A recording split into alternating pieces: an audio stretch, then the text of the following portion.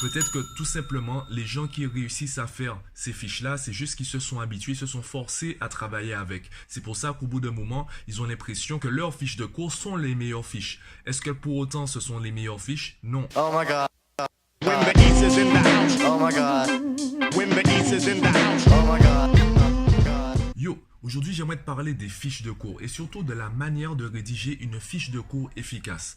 Alors avant de parler des fiches, je pense qu'il est intéressant de parler de la mémorisation. Pourquoi je fais cette vidéo alors qu'il y a déjà des dizaines et des dizaines de vidéos sur YouTube qui montrent comment rédiger des fiches de cours? C'est tout simplement parce qu'on a une mauvaise image, ou du moins on a une image faussée de la mémorisation. Du coup, toutes les vidéos que tu vas trouver sur la méthode de rédaction d'une fiche de cours, eh bien ces vidéos ne sont pas, je dirais, efficientes. Elles sont peut-être efficaces, mais elles ne sont pas efficientes. La différence entre les deux termes, c'est que peut-être que tout simplement, les gens qui réussissent à faire ces fiches-là, c'est juste qu'ils se sont habitués, ils se sont forcés à travailler avec. C'est pour ça qu'au bout d'un moment, ils ont l'impression que leurs fiches de cours sont les meilleures fiches. Est-ce que pour autant ce sont les meilleures fiches? Non. Là, je vais vraiment te parler de la manière de rédiger une fiche de cours vraiment efficace, donc efficiente. D'abord, la mémorisation. Jusqu'à maintenant, on a surtout vu la mémorisation comme quelque chose de linéaire.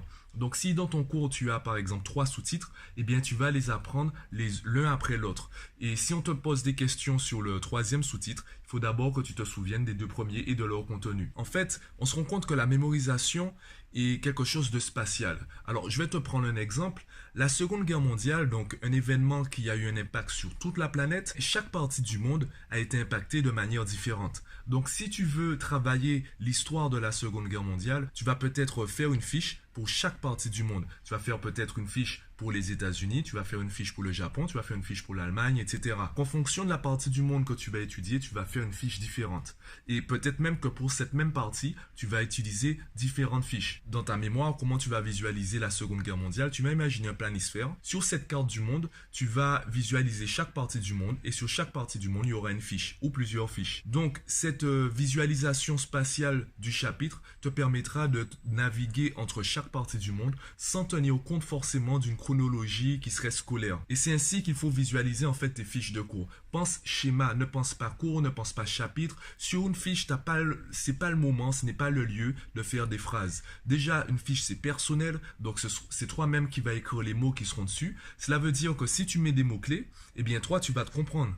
Donc, j'imagine bien que quand tu écris, tu comprends ce que tu écris. Donc, si tu utilises des mots-clés, tu n'as plus besoin de faire des phrases. De la même façon, une fiche, c'est seulement le recto d'une feuille A5. C'est pas recto verso et c'est pas une feuille A4. C'est vraiment alors, feuille A5, on va dire que c'est la page d'un petit cahier.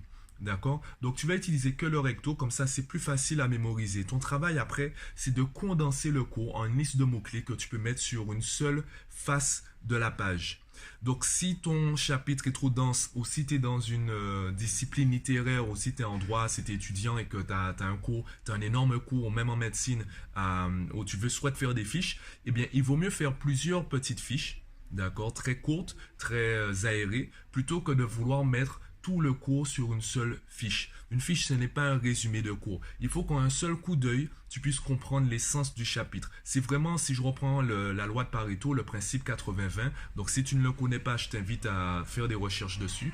En gros, la fiche, c'est les 20% qui te permettent de comprendre 80% du cours. Et pour réussir une fiche, il faut déjà comprendre le cours. Donc, travailler le cours pour faire une fiche après, moi, j'ai envie de te dire, fais une fiche directement. Puisqu'en faisant la fiche, tu seras amené de toi-même à faire des recherches sur le cours. Tu vas partitionner ton temps, une première partie pour les recherches, une deuxième partie pour la fiche. Et tu ne vas pas travailler le cours pour ensuite faire une fiche, tu vas faire les deux plus ou moins en même temps. Donc, si tu as du mal à comprendre un peu ce que je dis, je propose une formation sur la méthode de rédaction d'une fiche. Alors, je ne vais pas t'imposer un modèle précis, je vais simplement te donner les astuces pour optimiser ta mémorisation. Ce sera à toi ensuite de personnaliser tes fiches. Je vais te montrer des exemples, mais s'il ne s'agit pas d'une méthode à appliquer au pied de la lettre. Pourquoi? Parce que tu es différent de moi. Donc, ta façon de mémoriser sera différente de la mienne. Et avant de t'imposer une méthode, je veux surtout que tu recherches ta façon de mémoriser, trouver la méthode qui te convienne pour ensuite faire des fiches qui sont optimisées pour toi et qui seront peut-être pas optimisées pour les autres ou même pour moi. Je te mets le lien en description de la vidéo du podcast puisque